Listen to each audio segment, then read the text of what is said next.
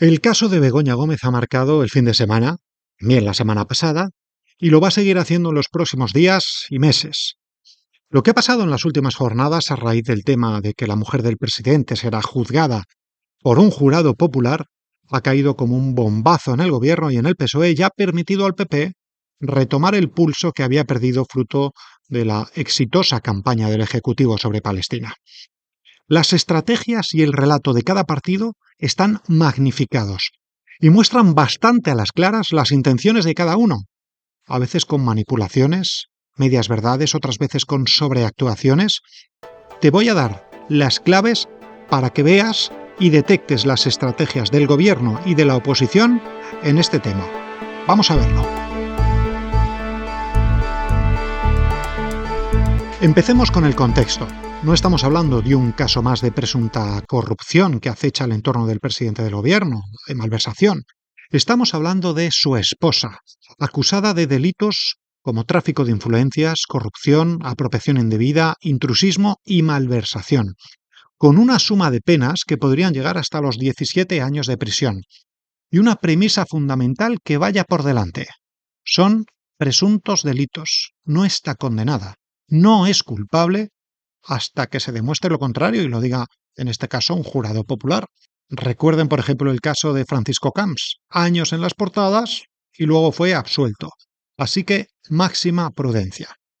Estamos hablando, eso sí, del caso que más ha afectado a Pedro Sánchez, más que incluso que el de su hermano, que el de Ábalos o que el de Santos Serdán. ¿Y por qué digo esto? No es una opinión. Es que recordarán abril de 2024. Es el caso por el que el presidente se tomó 5 días de reflexión que anunciaba en una carta a la ciudadanía que publicaba en Twitter el día en el que el juez abría diligencias contra Begoña Gómez. El audio que van a escuchar está generado por inteligencia artificial con el texto de esa misma carta. La pregunta que legítimamente me hago, ¿merece la pena todo esto? Sinceramente, no lo sé. Este ataque no tiene precedentes, es tan grave y tan burdo. Necesito parar y reflexionar con mi esposa. Lo que sí me atrevo a contarles es que, en mi experiencia como periodista, ha sido uno de los temas informativos en los que el Palacio de la Moncloa y el PSOE han ejercido más presión sobre los medios de comunicación. Y no solo porque a quienes han ido sacando noticias sobre la mujer del propio Sánchez los haya descalificado públicamente como pseudomedios o tabloides de ultraderecha. Me refiero a presiones de amenazas judiciales, llamadas desde Moncloa a los medios que publicaban informaciones sobre Begoña Gómez como El Confidencial o The Objective, y también a los medios que se hacían eco de esas noticias. El objetivo era claro: silenciar lo máximo posible el caso. Yo puedo dar fe de esa campaña en primera persona.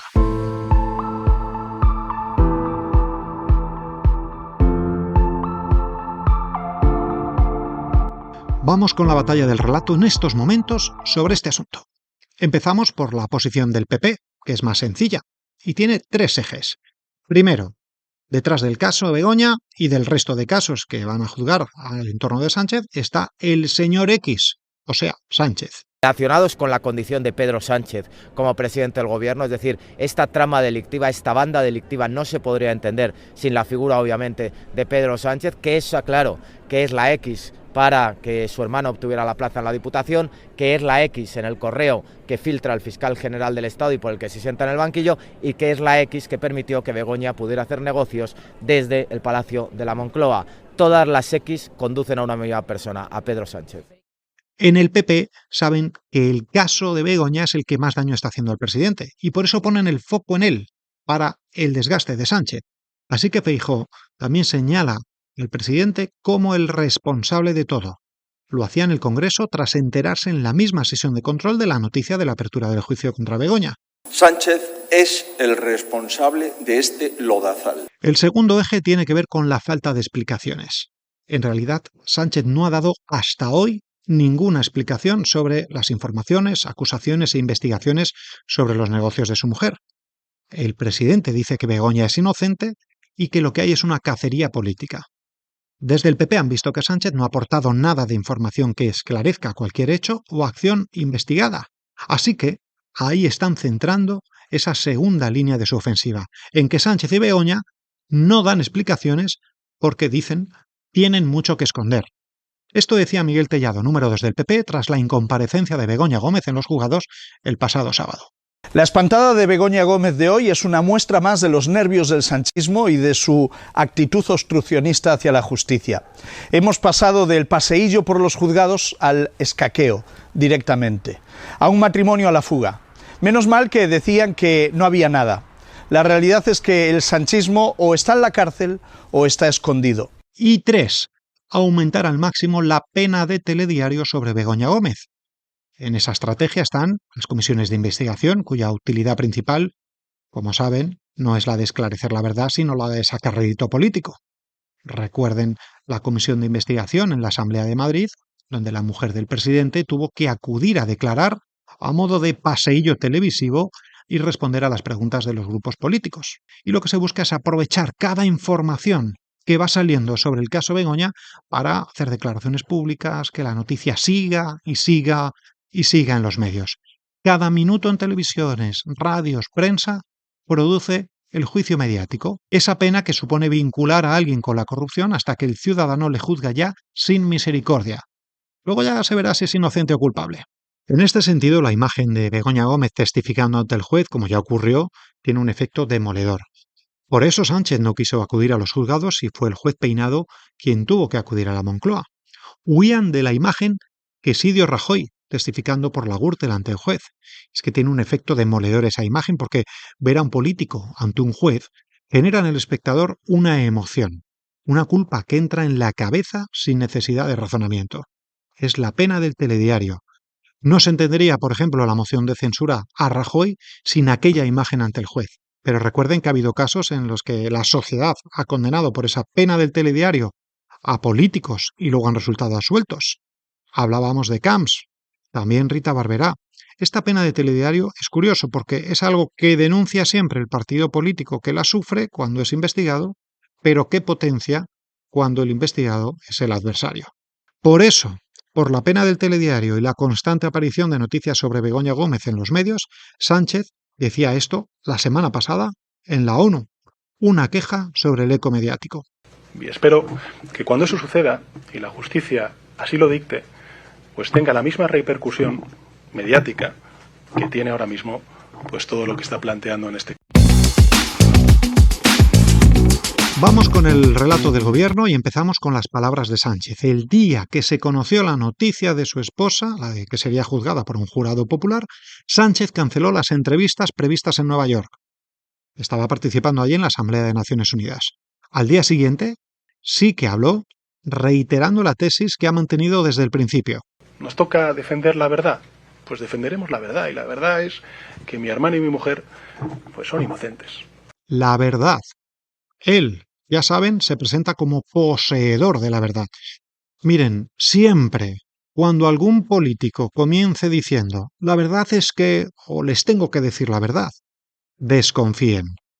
No digo que mientan siempre, pero ya que tengan que decir esa frase muestra que están en un momento a la defensiva en el que van a luchar por sus intereses políticos.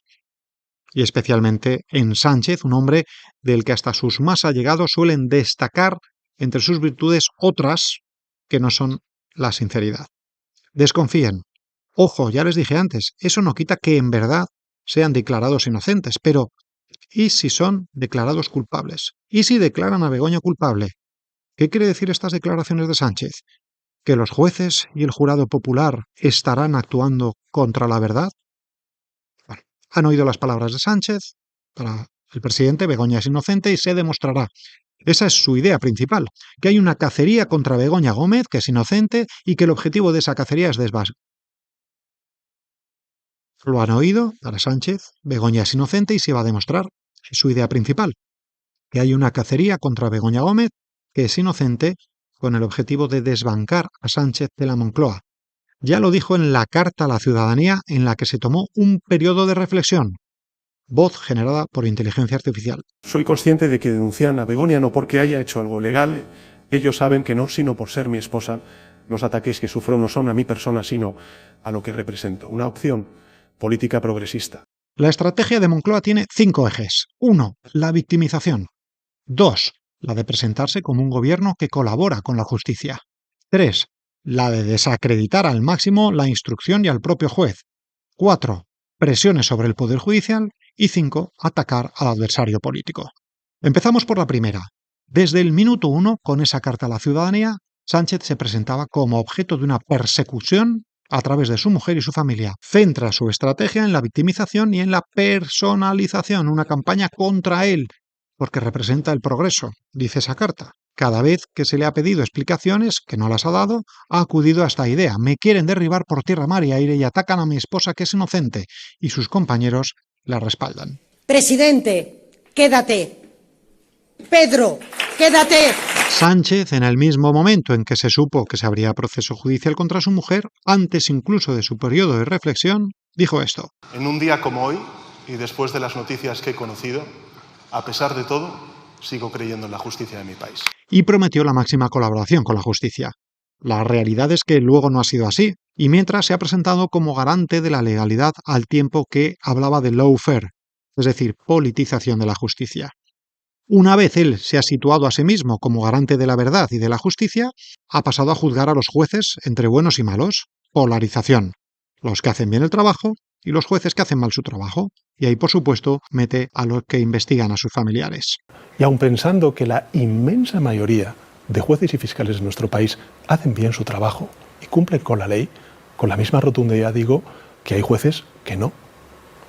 Y estos son casos palmarios de que eso no es así, de que hay un problema de desempeño, de instrucción, de pena del telediario, que al final están pagando 2 personas por el mero hecho de ser familiares míos. ¿Ven? Otra vez ha salido la pena del telediario y el lawfare. En este capítulo llama poderosamente la atención, ahora que se ha anunciado lo del juicio por jurado popular, cómo desde el propio gobierno ya intentan ir un paso más adelante, quizás intentando trabajar ya en lo que pueda pasar. Escuchen a la ministra Isabel Rodríguez sobre el jurado popular. Voy a llamar a los de la calle Ferraz para que se vayan al jurado popular.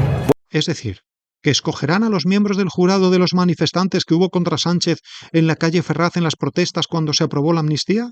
¿Ya se quiere adelantar poniendo en cuestión la imparcialidad de un jurado que aún ni se ha compuesto? Recuerden que la figura jurídica del jurado popular fue instaurada por Felipe González y está prevista para los delitos de malversación, como es este caso. Pero el gobierno, con esas declaraciones, parece que ya lo pone en cuestión por lo que pueda pasar. Claro, que desde el PP también Ayuso se quiere adelantar y vaticina lo que hará Sánchez si su hermano y su mujer resultan condenados. No pararán hasta no quedar amnistiados todos los de su entorno, como pasó con los héroes de Andalucía. Tercera estrategia, desacreditar al juez y a todo el proceso. Se ha emprendido una campaña contra el juez del caso, que es algo habitual en todos los partidos políticos cuando los jueces les investigan a ellos. Bueno, esta campaña incluye a todos los ministros con acusaciones al juez. De hecho, Peinado se ha querellado contra Óscar Puente y Marlaska por sus palabras. Óscar López decía cosas como esta. ¿Pero qué es esto de estas instrucciones kilométricas que duran meses, que duran años, que son claramente prospectivas, que se abren en base a ninguna prueba, que se sustentan en base a mentiras, que tienen un montón de irregularidades en el procedimiento, que van cambiando el objeto de la investigación? Esto está pasando. Bolaños, ministro de Justicia, también de esta manera dice que el juez no es imparcial. El sistema de recursos en nuestro país es muy garantista y sin duda un tribunal imparcial pondrá las cosas en su sitio. Ministro que, por cierto, ha reconocido después de que se publicara que ha presionado al Consejo del Poder Judicial contra el juez Peinado. Que yo he presentado escritos de queja ante el Consejo General del Poder Judicial. Durante toda la instrucción se ha puesto en cuestión al juez y al proceso, también mediáticamente. El gobierno ha intentado apartar al magistrado de la causa, sin éxito hasta el momento. Pero ¿cuál es la realidad? Los hechos contrastables. Que efectivamente ha habido correcciones por parte del Tribunal Supremo al juez Peinado por omitir, a su juicio, información relevante, en este caso sobre Bolaños, a quien estaba intentando imputar. El Supremo lo rechazó. También el juez Peinado tuvo que renunciar a investigar a Air Europa tras reconocer que se confundió entre 2 empresas. Para eso están las instancias superiores, para corregir los fallos en la instrucción. Pero también las instancias superiores, en este caso la Audiencia Provincial de Madrid, ha avalado la investigación del juez Peinado que apunta a Moncloa. Y hay una forma más de presión al juez, que es la de buscarle trapos sucios. La prensa más afín comenzó a publicar que la hija del juez Peinado es concejal del PP en Pozuelo, que su sobrina es presidenta del distrito en Tetuán El objetivo, vincular al juez con el PP. Se ha publicado también, atención, que Leire Díaz, la llamada fontanera del PSOE, intentaba desacreditar al juez Peinado, acusándole de aceptar las supuestas pruebas falsas que habría aportado un policía. Y cuarto, poner a PP y Vox como los malos de la película, esta campaña de acoso. Ya en la carta en la que anunciaba los días de reflexión, atacaba a Feijóo y a Abascal personalmente. Es voz generada por inteligencia artificial. El senador Feijóo y el senador Abascal y los intereses que a ellos les mueven han puesto en marcha lo que Humberto llamó la máquina del fango. Esto es tratar de deshumanizar y deslegitimar al adversario. Al juez, lo hemos visto, se le vincula con el PP. A las acusaciones populares, manos limpias y acto oír, se las vincula con Vox. Y se habla de poderes de la derecha y ultraderecha controlados por Feijóo y Abascal, que para Sánchez son los que quieren acabar, como sea, con su presidencia.